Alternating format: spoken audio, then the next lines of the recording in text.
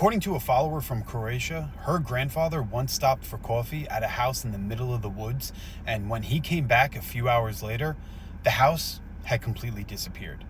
So this story was sent to me by a follower that we're going to call Trixie, and she told me that this happened to her late grandfather, Mirko. And this happened around the mid to late 1940s near Zagreb, Croatia. And according to her, her grandfather spent most of his free time wandering the forest looking for mushrooms. And before the comments pop off, like I know that they're gonna, no, Grandpa was not sampling the mushrooms before any of this happened. So keep that in mind.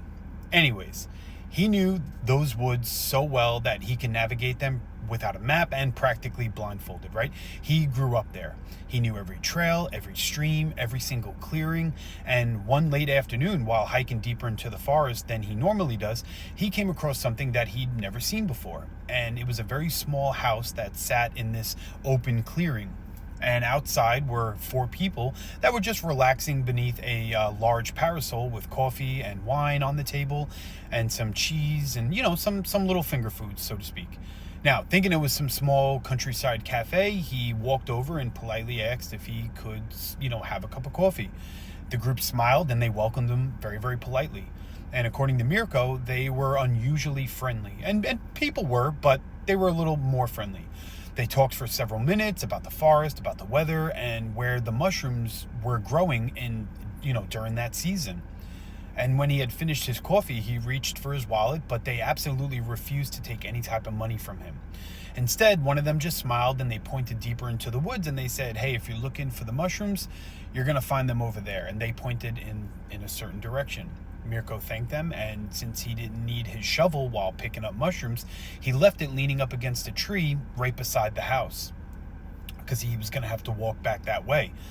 Then he followed the direction that they had given him, and according to him, he found more mushrooms than he had ever seen in his life and more than he had ever picked and during any season. He said his basket was overflowing within an hour.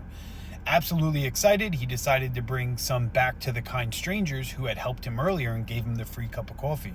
But when he had returned, the house was gone. Not abandoned, completely gone. The parasols, the tables, the chairs, the people, everything had vanished by the time that he had gotten back. The one thing that was still sitting there was his shovel, exactly where he had left it, up against the tree. Mirko searched the entire clearing thinking that maybe he somehow had taken a wrong turn, maybe he was on another path, anything to try to make sense of it. But he knew those woods better than most people, and he knew he was in the right location from where he was last time. The next day he returned with a friend, and neither of them could find any trace of the house. But the tree and the shovel were still there. Years later, an elderly local reportedly told him something that changed the entire dynamic of the story. Long before Mirko was born, there had been a mountain lodge that was built in that exact clearing.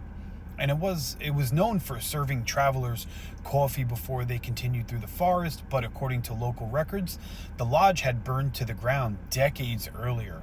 Nothing had ever been rebuilt there, long before Mirko was even born. And Trixie told me that her grandfather never changed his story. Not once. Everything was exactly the same all these years. He insisted until the day that he passed away that he drank coffee with four people in a house that officially hadn't existed for years. So, I don't know. Tell me what you think. Did Mirko somehow step into another moment in time, or did the forest offer him one last cup of coffee from those people that never truly left the forest in the first place? Let me know what you think.